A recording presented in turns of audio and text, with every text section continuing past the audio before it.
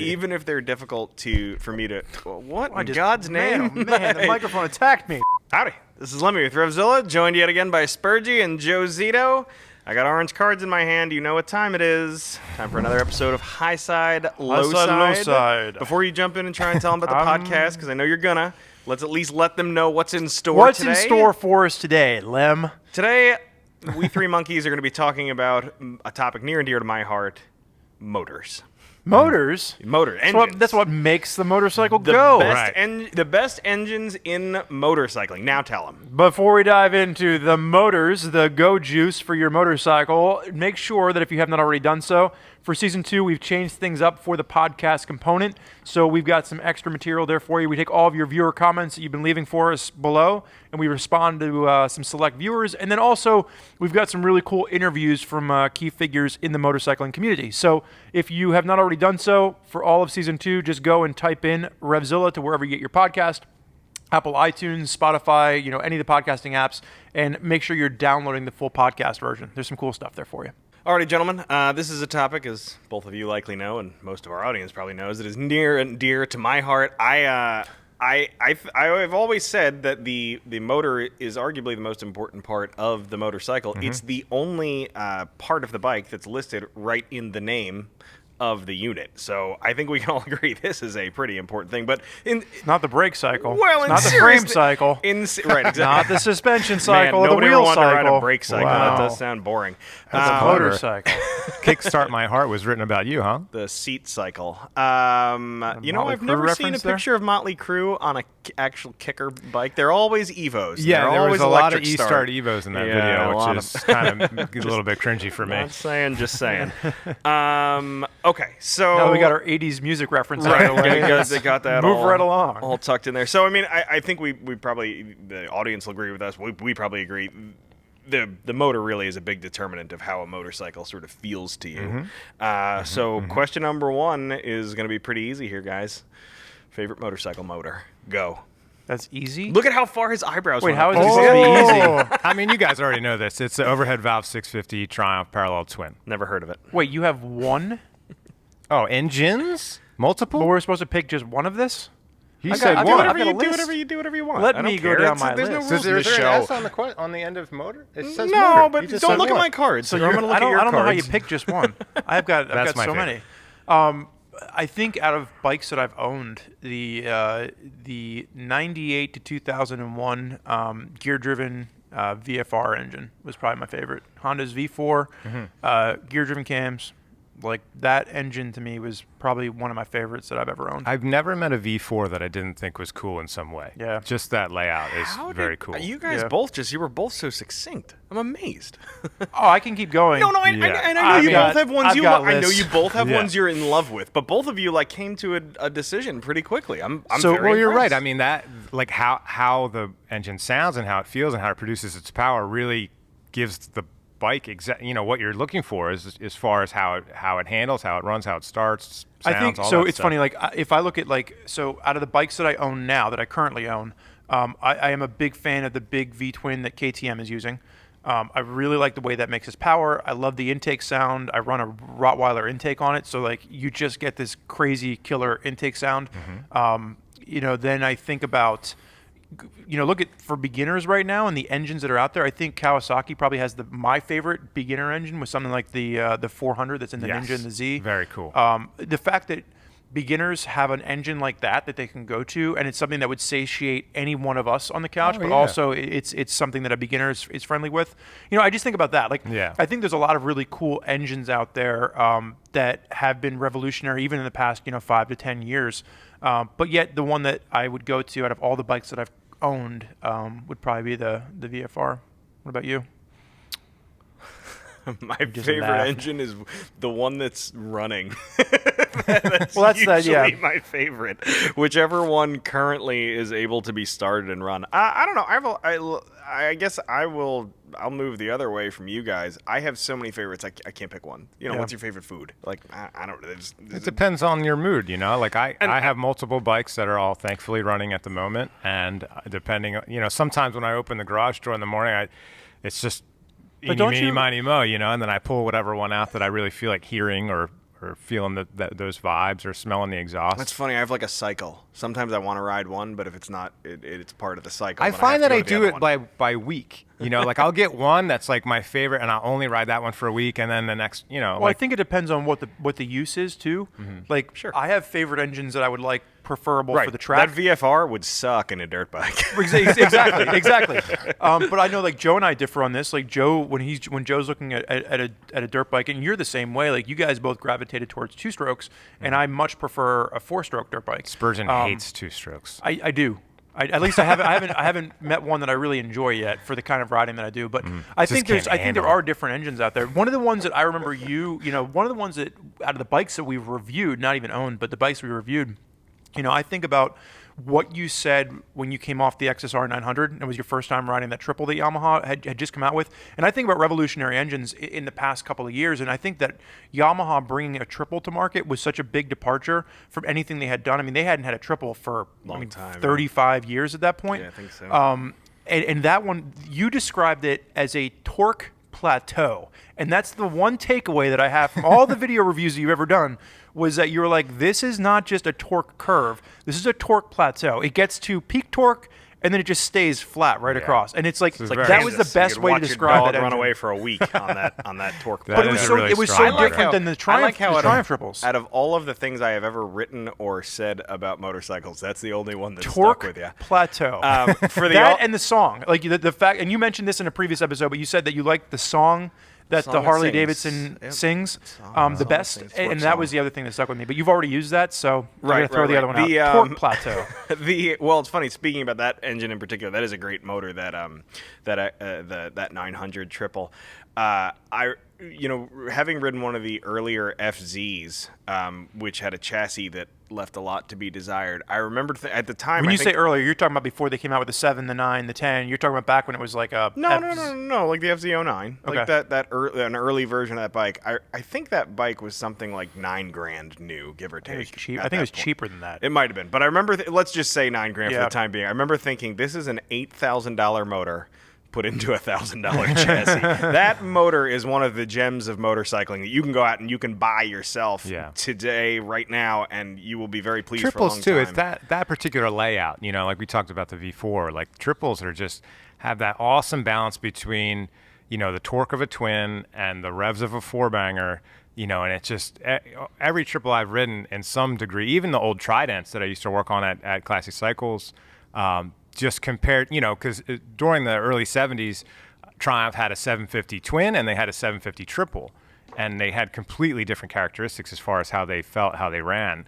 And the thing just pulls like a freight train. But it's interesting because if you look at the Yamaha triple now versus the Triumph triple, those are two engines where if you're not familiar, you're looking at them and you're like, oh, well, they both have triple act engines, totally different. but they act completely different. Triumph is much more of a rever where, Yamaha gets in the torque a lot faster, especially when you look at that new 765 engine. And we talk about like different engines. Like that's probably one of my favorite track engines. I don't like what they're doing with that engine. Well, that's because they're getting away from the street use and they're going more for the Yes. track. But that bike for me, But when it's I did not a track the day with it, was triple. amazing. That's not a model. You know what? I don't know. Like don't have I that. think I could still put that bike in third gear and ride it on the street all day long. But then riding on the track was probably one of Right. the most fun track experiences. So kudos to Triumph on that new triple. Yeah. Boo to Triumph. Never. Agree to You watch disagree, your mouth. Lem. Agree to disagree. Okay. Does that mean we got done So- with question 1? We get to go on to question 2? Yeah, that's when I put the card yes! over here. That's what that means. What do we got next? Captain Obvious.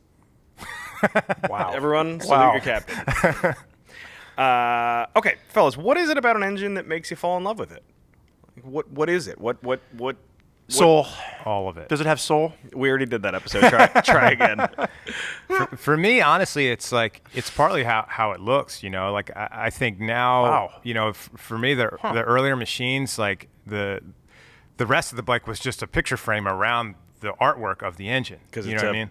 motorcycle. Right. So, obviously everyone knows it by now that I'm a classic British bike fan, and I thought you were a KTM fan. I thought you were a I'm KTM that dirt too. bike fan. I mean, I'm all bikes fan, but the just how beautiful all of the early Triumph, BSA, Norton, Vincent, all these big aluminum lumps that have polished covers, and just the way the rocker boxes look and how the exhaust comes out. Like, I mean, to me, that's really what gets you excited. You're like, you see it and you're like, man, that thing's beautiful. I can't wait to hear it. And then when you hear it, then you're like, oh man, let me rev it. You know, it just it kind of it invites you in. You know, and you know when I hear a hopped up 650 Triumph, you know, pegging the rev limiter and really winding out to, you know, $8,000. Because at idle, a lot of those bikes sound like an old Harley. You know, they kind of have a low idle. And then to hear those parallel twins scream, man, it's awesome, especially like at Bonneville or the drags. You know, that's awesome to really hear them. Just screaming. in hearing you say this, I feel like I'm like paraphrasing you right down though, but sight and sound. Yeah. Sight and Thank sound. you for making my answer more succinct. No, it's good. It's cool, but I'm saying like those are important. I like. No, I think it's interesting because like as soon as you said the way it looks, I was like, really? And then as you just started describing it, I can picture a Vincent engine in my head. I'm like, that thing is a work of art. Oh, it's amazing. Right? Like it's a work of art. That wouldn't have been my first go-to. I agree with you on sound, but it's less about the exhaust sound for me. Like for me, it's all intake sound. Sounds, all absolutely, 100%. Like I was talking about, you know, the KTM. You want to hear the breathing, not the farting. Yeah, but I think about like the KTM, either the 1090 or the 1290. You put the Rottweiler intake on, you get those funnels. Like, is this show endorsed by Rottweiler? No, but like if you ride my 1090, like it sounds awesome. It does sound awesome. I think about the stock Z900 airbox and the intake sound that has. I mean, there's just the VFR. Same thing with the VFR. The way that thing sounds when it's spinning up. You know, that's really what attracts me from, you know, the allure of like, oh man, this really feels like I'm on something. So it's the sound. The sound is part of it. I think for me it's the character. You know, I was making the joke about Soul because we talked about that, but really it's the kind of engine that I'm looking for is usually a little bit on the torquier side. I'm not looking for something that revs up to the sky for the most part. Like an inline 4 has never been my engine. I mean, absolutely just has never been my engine. I do like Joe's point, you know, the triples I've kind of gravitated towards because you get a lot of mid-range pop out of those mostly. You know, anything that has a little bit of a torque to it. I like a V-twin in a sport bike. So again, I'd say the character that the engine is and then the sound. I'll play devil's advocate for a moment. I feel like there are some inline 4s that have been tuned for torque. Recently. Like I would say in the past 5 to 10 years. No. You're way off. You're way off. Okay. There's a lot of early stuff. ones. The like early air cooled. You know, like they were like really torquey, something streetable. like an air cooled Suzuki, like a one of the big those bores were all there. just so Susan turdy Zuki? to me. I never liked those. Suzuki. I've ridden a couple of the older like air cooled ones. They're just so vanilla. Like there was nothing about that I liked. So I guess for me, okay, but like, and that's fine. But I'm saying that I do think they were tuned for torque. They weren't tuned for torque the way like you can get on like a current like MT10, and like that thing is. I mean, that's definitely tuned for torque. That's apples and oranges there. Yeah, but I'm thinking like that same motor, like out of a Bandit. You know, like those were pretty. You know, they recammed them and they definitely had some torque to them. But you know, when you started mentioning real quick about the intake sound, it just real quick in my mind flashed to my buddy has a 70 Chevelle 396 with a cowl induction hood. So when you punch it, it opens up a flap like right in front of the windshield that sucks more air into the carburetor.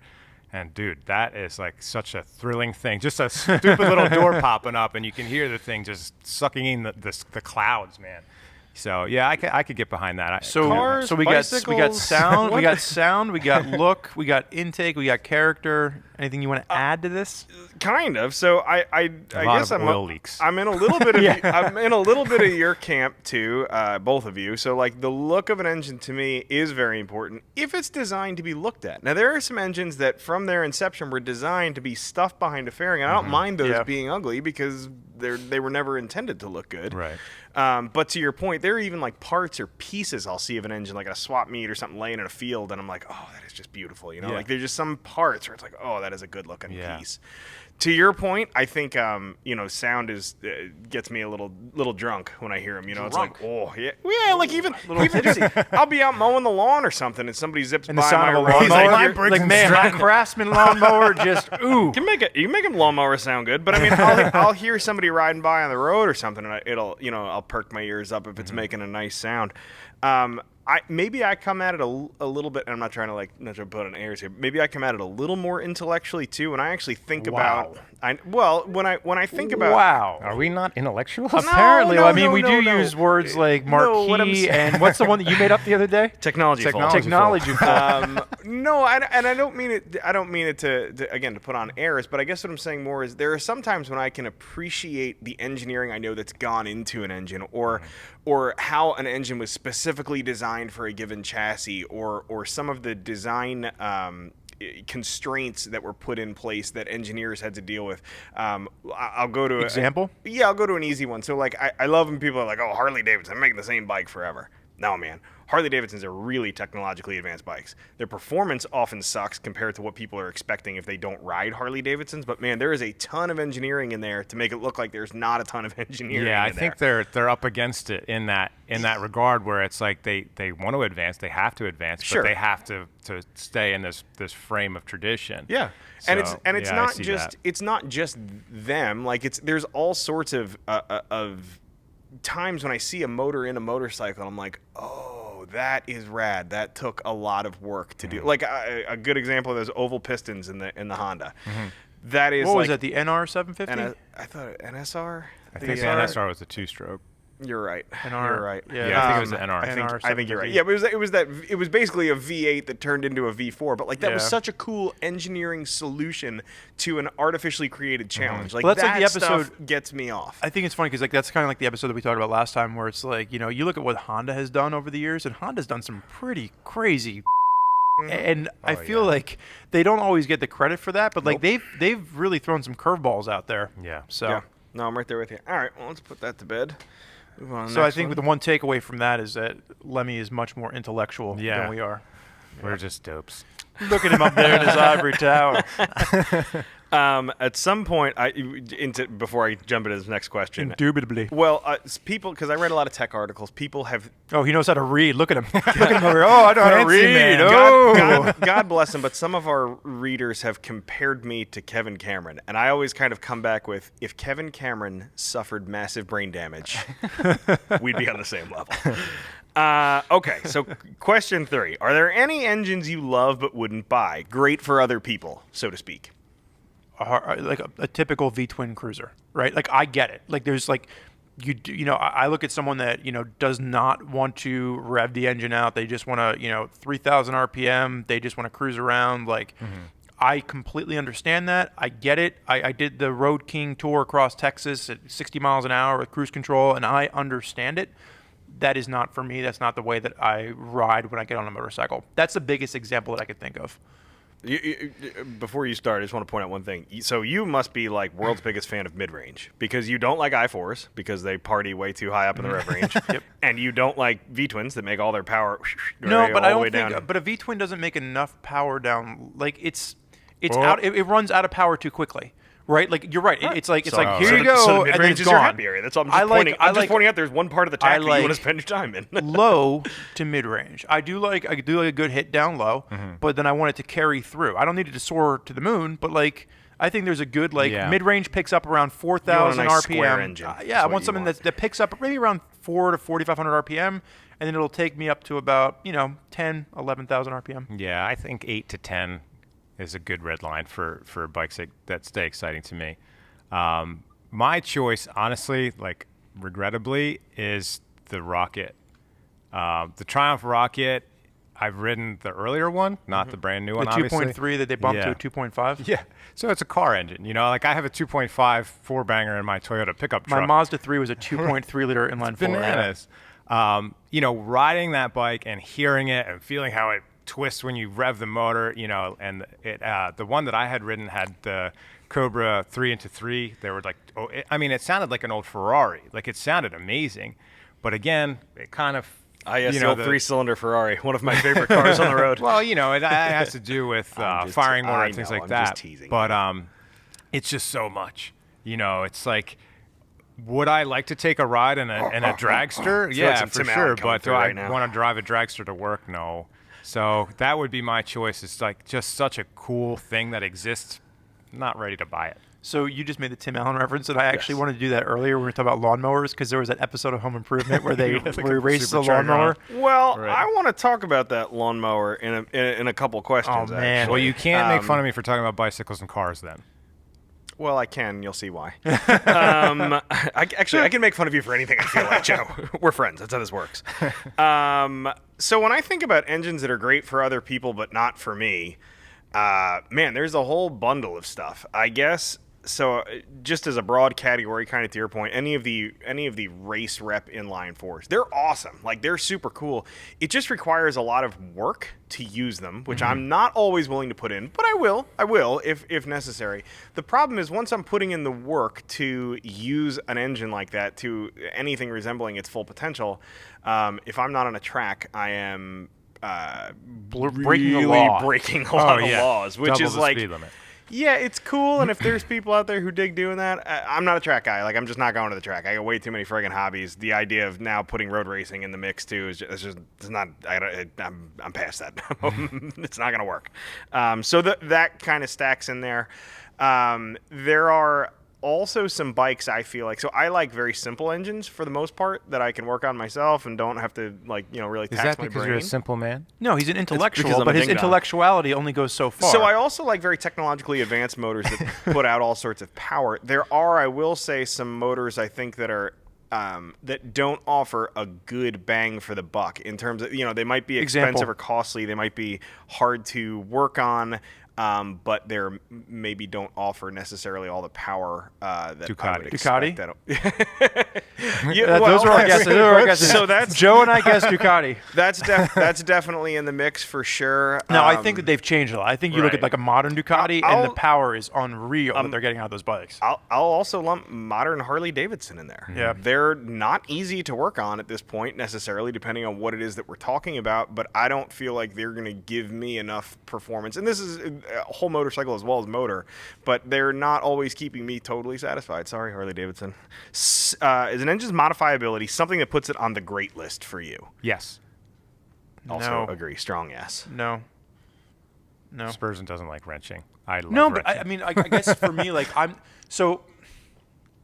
you guys explain first, and I'll come back in with my rebuttal. But go Okay. ahead. I'm gonna take the backseat on this one, but I'm gonna go no. I had a feeling this was I going to be Joe's question. I have a pretty great example here. The card is up. So I took a couple Start notes with Once here. Upon a Time. Once upon a time, Johnny Allen built a streamliner Triumph that went 214 miles an hour in 1956 at the Bonneville Salt Flats. This was a 650 parallel twin Triumph engine that was naturally aspirated, that was just built with off-the-shelf parts. So to me, I mean, obviously, this at that time the bike started out as a T110, the T-Ton 10 for the Triumph fans out there, because it could go 110 miles an hour in 1953, which is insane considering what else was out there. Very fast. You know what I mean? So like that's really cooking. So for me, just the idea that you could take something and change the cams a little bit, a little bit more compression, bigger valves maybe, and just let that thing breathe. And I think really what it comes down to is how stout the crank is and how stout the crank bearings are and the transmission.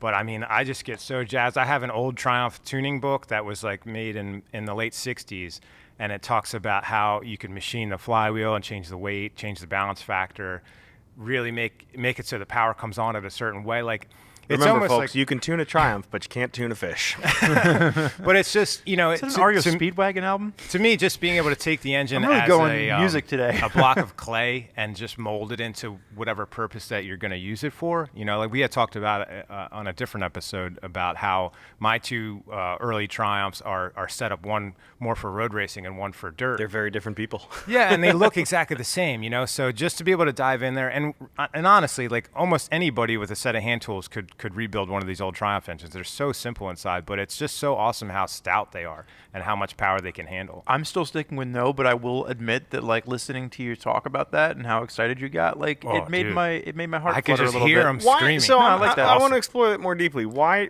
do you not care about an engine's modifiability? Is that you don't care to modify it, or you just think that the engineers have delivered perfection and you're not to touch it? I think for me, it comes from the fact that like I put a lot of miles on, so a lot of times when you modify an engine, you're trying to tweak performance to the utmost degree. Joe's talking about building a streamliner, speed record holding bike. Well, chances are that engine's going to be rebuilt as soon as they finish their couple of runs.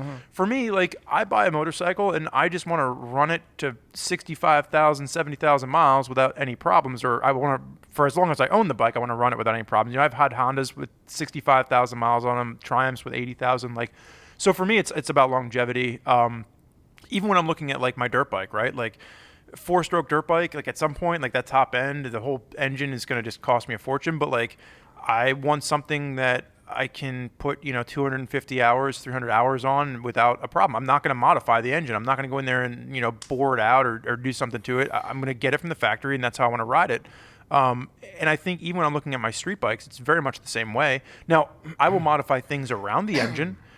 Intake, fueling is a big one with modern day motorcycles. So you'll bolt on, but you won't go into. Yeah, I mean, bolt on, change the ECU for some of these fuel injected bikes, go around there, get the performance out of it that I want. You will not go inside. No, I will not go inside the engine. I think that, like, for me, I buy the engine that I want, and then I will I have a full understanding. A lot of people, will leave comments in some of the bike reviews that we do about, oh, well, if they can't get the fueling right, why should I spend $15,000 on this bike or whatever? Well, they're trying to meet EPA requirements, Right. and I think we all understand that. We go into it, and there's certain little leeways that I'll give certain companies, and there's just certain things that I know that in this day and age I have to tweak. But as far as the engine is concerned, I don't want to go down that route. I'll leave that alone, and I'll modify things around it. Inadvertently, you've just proven Joe's point. I didn't know. Well, they can't deliver me exactly what I want, so I'll change it until I get there. Well, I'm talking more about from the EPA regulations that are in place now. Like, obviously, when you're building a race bike, like, they were limited at the time by the technology that was available and by what they could do from a longevity standpoint. Triumph didn't build a streamlined race bike for the masses because most people didn't want to rebuild their engine every 3 hours. Sure, but I guess what I'm saying is like that. What you're talking about with the EPA, that extends to the motor as well.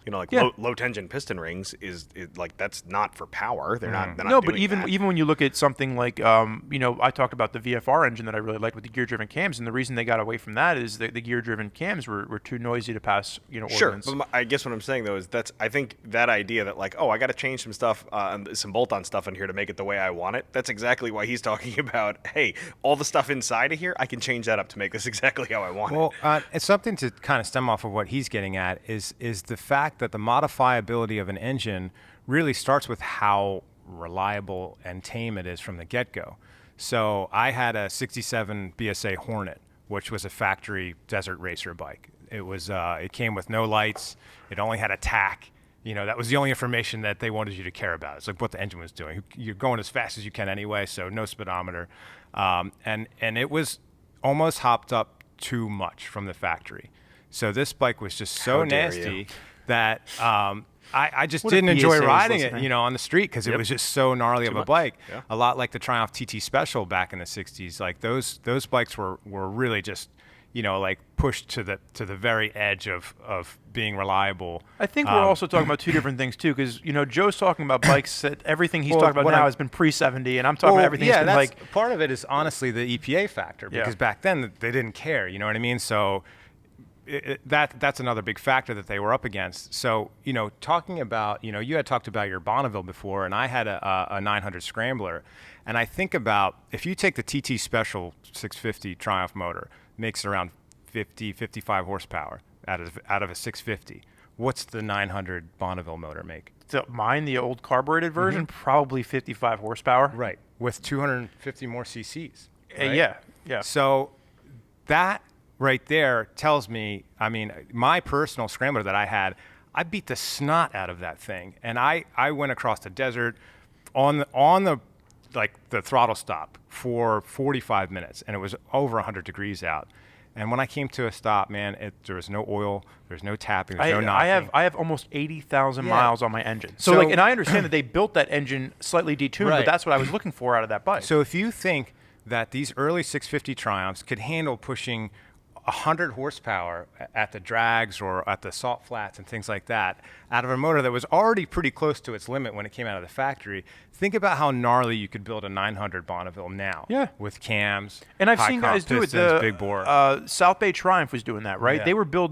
They were taking those old 865 engines and they were building them to within an inch of their life. And I remember I was living in California at the time, and I would go down to the shop and hang out. They did some work for me, but they're like, do you want to put a big bore kit in? Do you want to do, the big CR carburetors? And I'm like, no, I don't. Right. Because out of that bike, I just wanted reliability. I Well, wanted the to other go and hit the starter. I wanted to start every time, and I wanted to rack up the miles on it. And that's what I've done. And so I guess for me, it depends on what you're trying to do. Yeah. But a lot of the modern engines, and I think that's a good example, Joe. I think that's a really good example. But I think for a lot of the modern engines, like they are already so good. I don't need to put my money into that. I would rather just put my money into fine tuning it to be exactly what I want outside the engine. The hardest thing I have explaining to folks is now, like, if you say, like, okay, I have this old engine that made 50 horsepower and now it makes 65 horsepower, which is pretty big. If you can get a 650 Triumph to go 100 miles an hour in a quarter mile, like, that's pretty good. You did a nice job.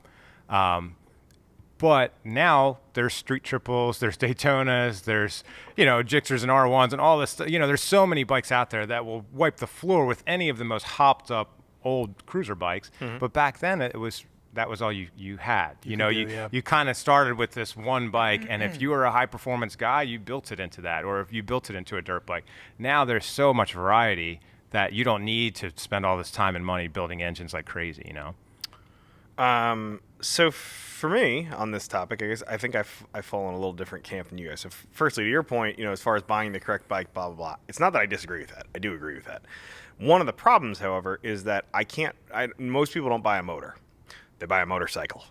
So if the motorcycle you like comes with a motor that maybe you don't like, then you're stuck. You gotta do something. You can either ride something you don't like, or you can change it up a little bit. Now, modifiability, quote unquote, is something to me that's important. I know me, and me is going to monkey with everything.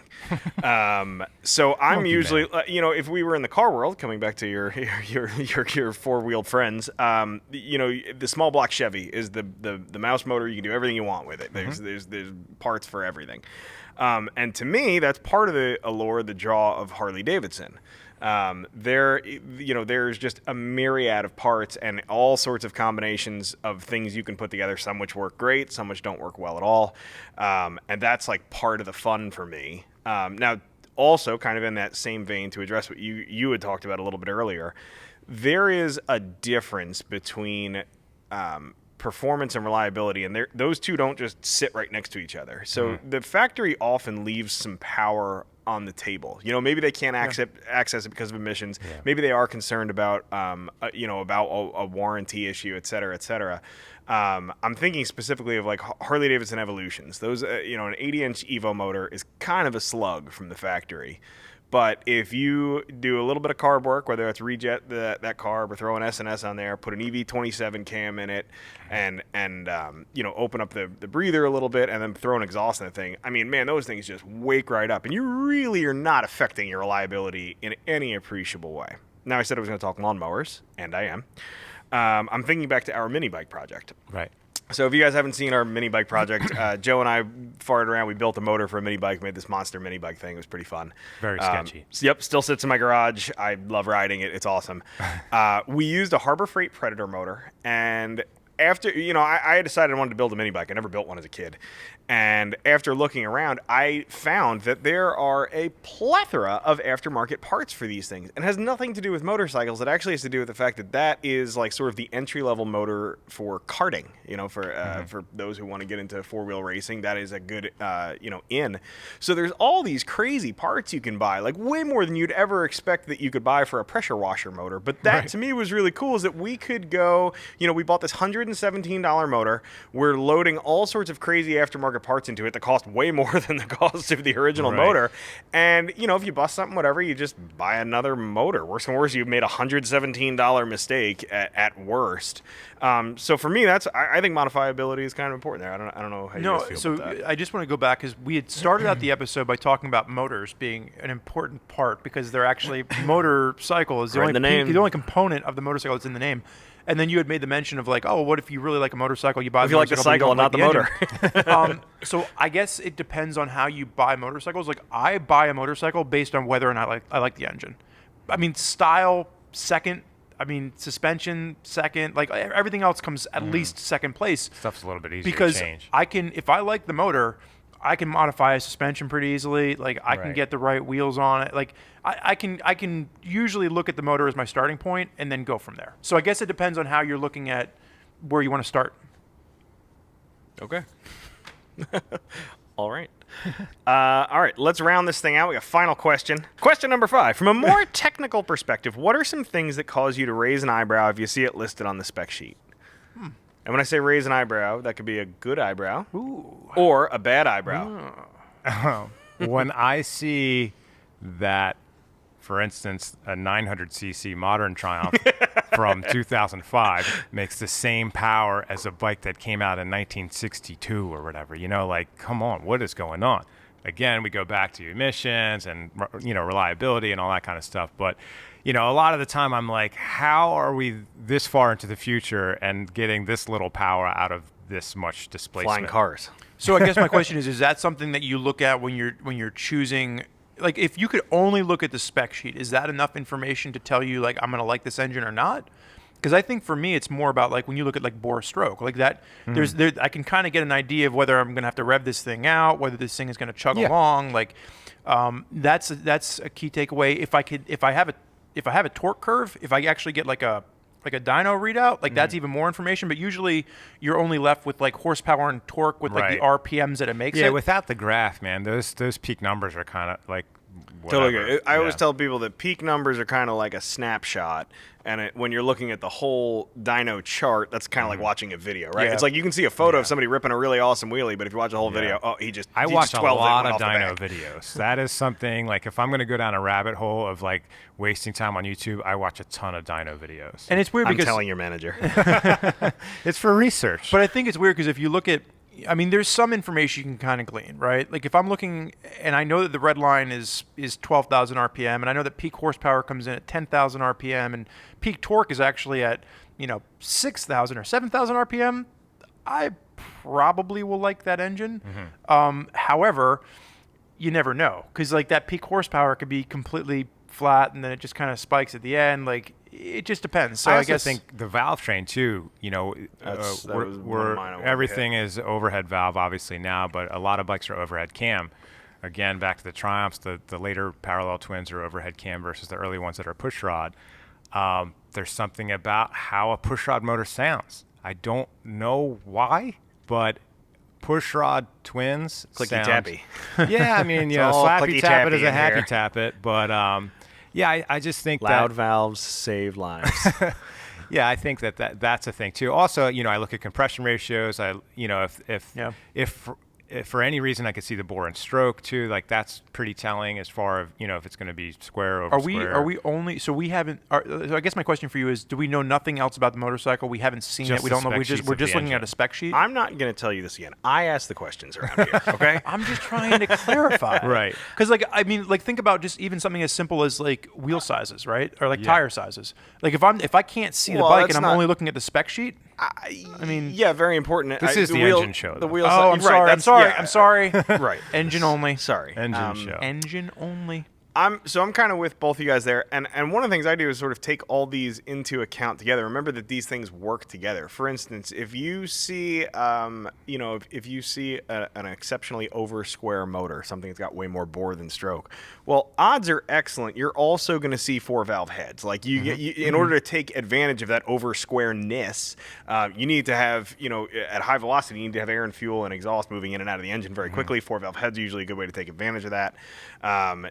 Similarly, compression ratio, one of you guys touched on that earlier. If you see 13-to-1 compression ratio or something insane, you can bet that's going to be an engine that probably likes the revs. Like it's not going to be a 13-to-1, 22 horse motor unless it's got a displacement of like 14 cc's. And then you can also infer that if you are someone that doesn't do the work yourself, that those maintenance costs will probably be a little bit higher for you if you're adjusting 4 valves instead of 2. Like there's some like So I don't takeaways you can disagree make with there. you. I think the era the engine is from matters a little bit, right? The more Yep. emissions equipment and the more electronics you have in there, probably going to be a little bit more difficult to service yourself. The other thing I was going to mention too, sort of along that same vein, also affecting that is the chassis it sits in, right? So like, Whoa.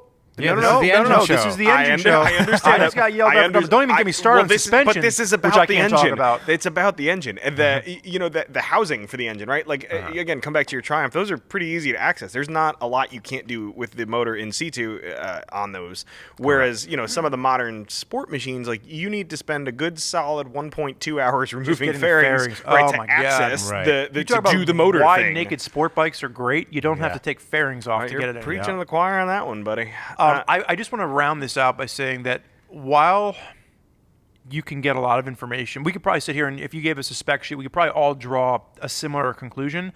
There is still nothing that's going to replace actually riding the bike to see how it handles. Right. Of course. And I think that goes without saying. No, but it doesn't because there's a lot of people that are like, I read this spec sheet, I know everything about the bike. If you love motorcycles enough to listen to this podcast or watch us I would idiots, hope that they know that. We idiots, us We idiots, watch us technologically full. then you know that you need to ride the bikes and you can't just rely on the spec sheet. I think some folks don't have the opportunity to ride all those Listen, different but bikes. he's made it clear that he's smarter than us and that he sits in every tower. And that the folks out there in video and audio world are also very They're smart. on his level.